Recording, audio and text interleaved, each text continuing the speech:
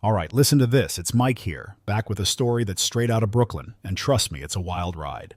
My ex, Sarah, 48 years young, ex-wife of 20 years to yours truly, decided to ditch me a year and a half back for some dude who was hitched to her high school BFF. Real classy, right? But hold up, it gets better. Or worse, depending on how you look at it. Just found out our 6-year-old daughter Lily isn't mine. Nope, turns out she's his. Sarah knew it from Jump Street, kept it zipped from me, but guess whose name is plastered on the birth certificate? Mine. And you bet your bottom dollar I'm fighting for custody. Biological or not, Lily is my daughter. Legally, morally, in every way that matters. This revelation hit me like a subway train. I'm talking blindsided, knocked off my feet. When I finally cornered Sarah, asked her point blank, him or me, she picked him. And why? Get this, because he's better in bed.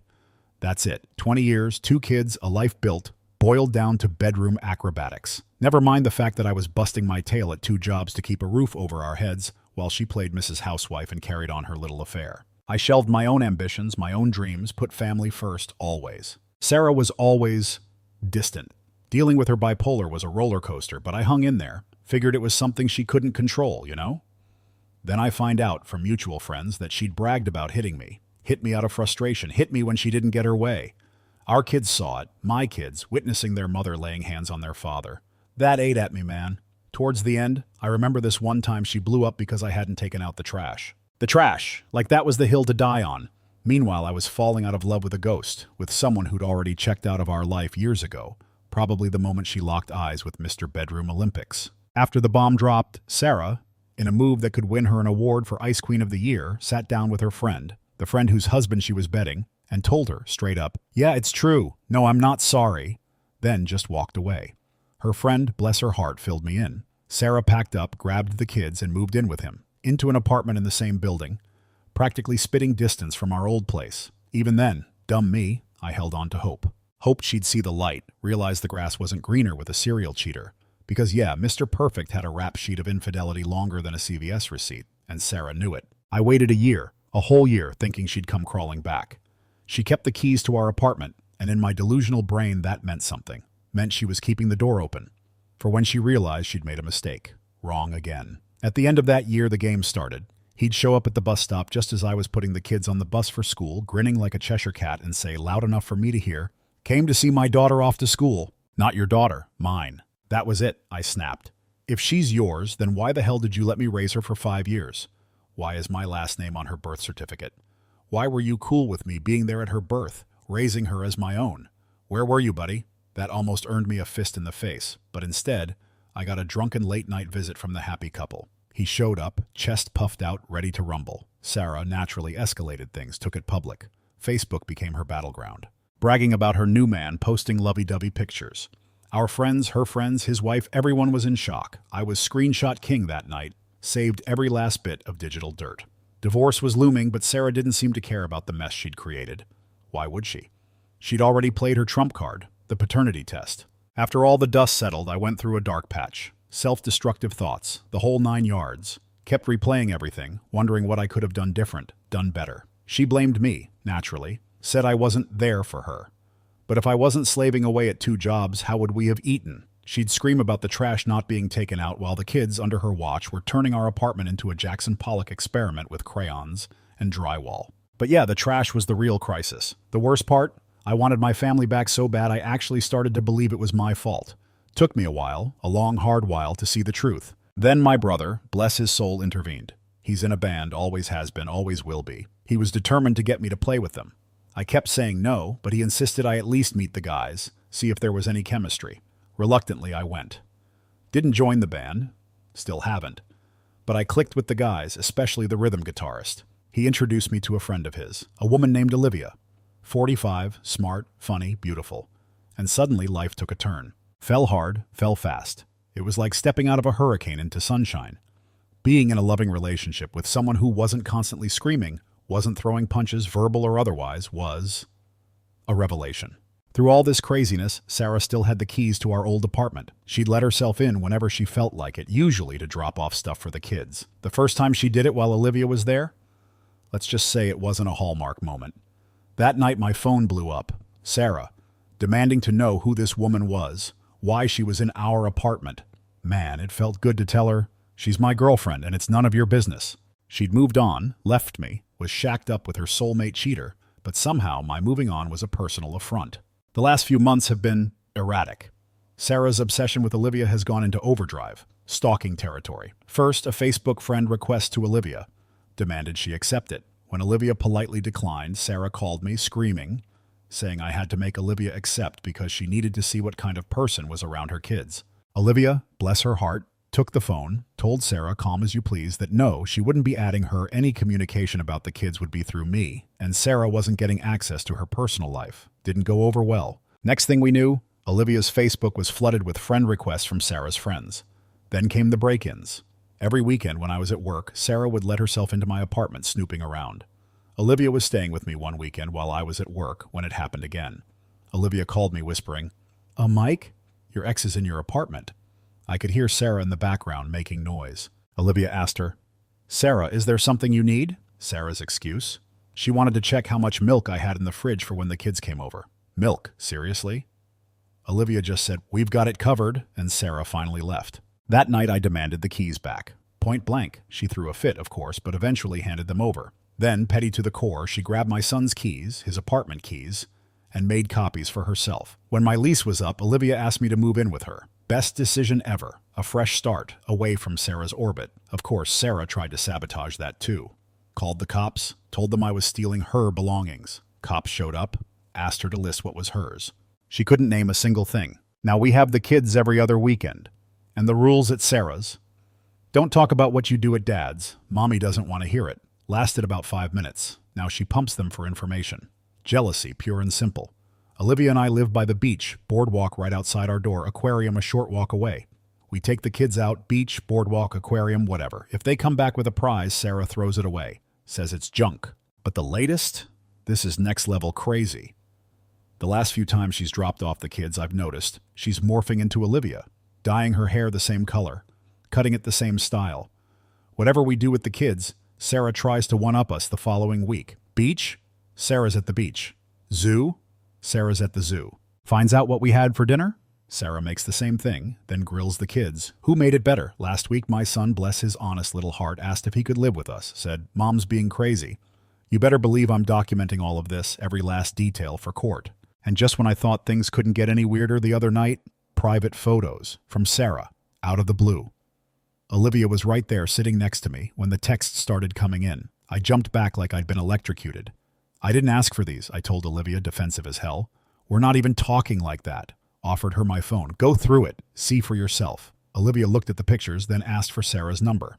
"I'm going to text her back my own pictures. Show her how it's done." I called Sarah, furious. "What the hell are you doing? Olivia's sitting right here. She saw everything and she's pissed." Sarah tried the classic, "Oops, wrong number." Said she meant to send them to someone else. Olivia, sharp as a tack, chimed in. "Your name is at one end of the alphabet and your boyfriend's name is at the other. Who's the someone else, Sarah?"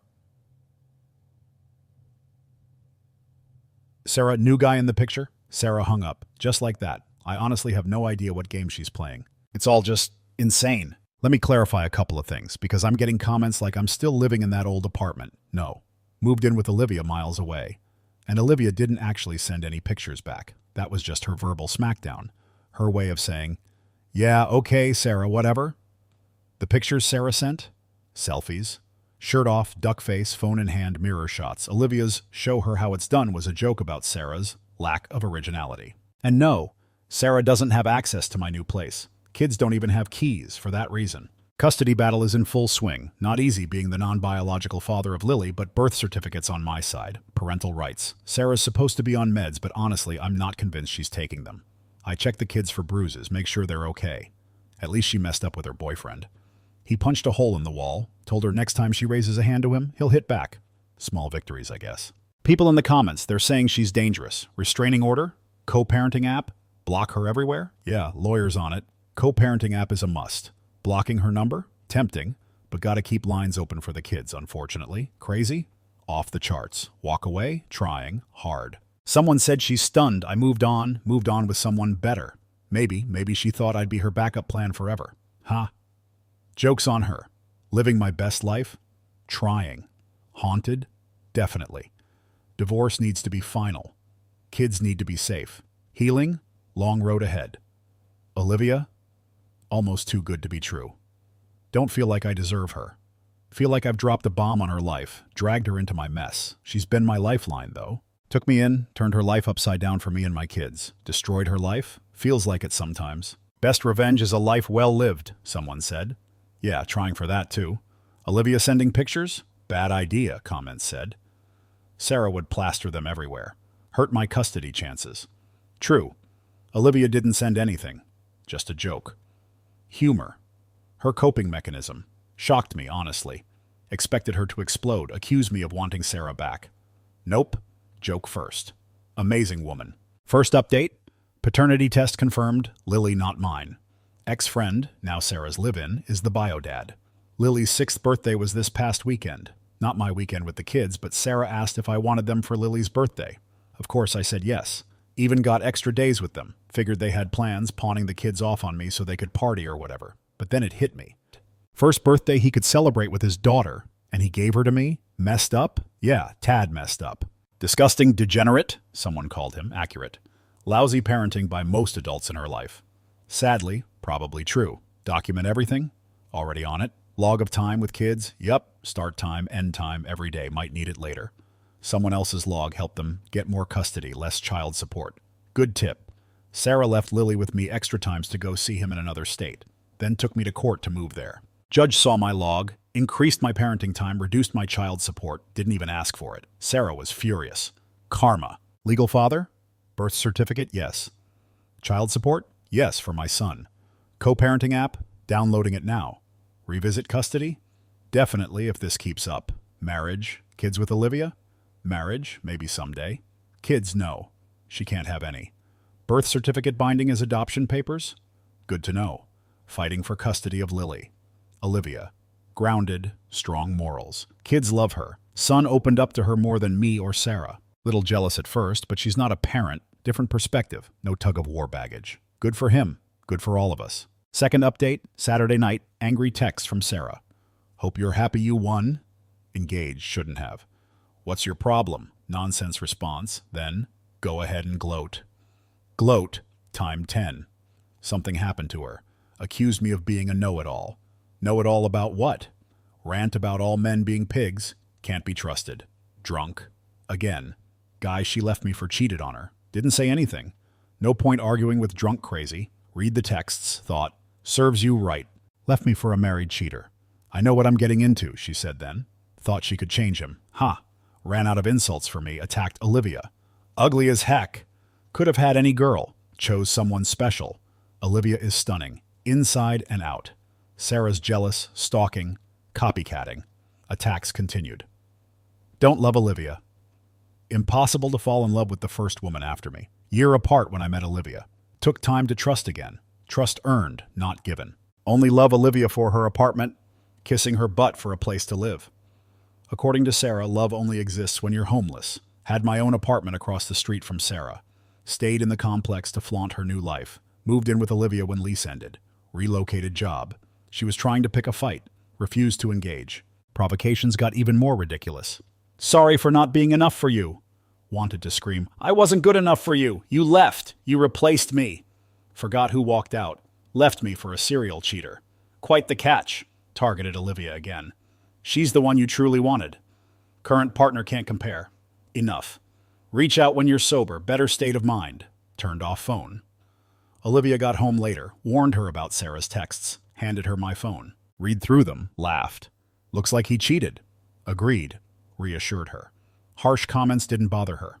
Narcissism really comes out when she's drunk. Frustrated she couldn't get revenge on me. Haven't heard from Sarah since. Probably embarrassed. Back with him. Can't stand being alone. Relieved Olivia found it amusing. Great woman. Significant improvement. Understatement. Olivia. Calm. Rational. Refreshing. Still adjusting. Used to Sarah's outbursts. Olivia's tranquility startling. Relate to this, someone commented. Current girlfriend. Let's sit down and talk this out. Ex. Explode in rage or shut down and run away. New girlfriend. What's the catch? Wonders part of me. Incredible how much you learn from someone stable and rational. True. Still dealing with fallout, unhealthy patterns, fights with Sarah, physical, verbal abuse. Olivia, opposite. talks things through, explains feelings, understands mine, suggests compromises. Even in arguments, take a break, calm down, return later. Admit, sometimes react with anger, used to the intensity. Healing is work. Adjusting is work, but worth it. So worth it.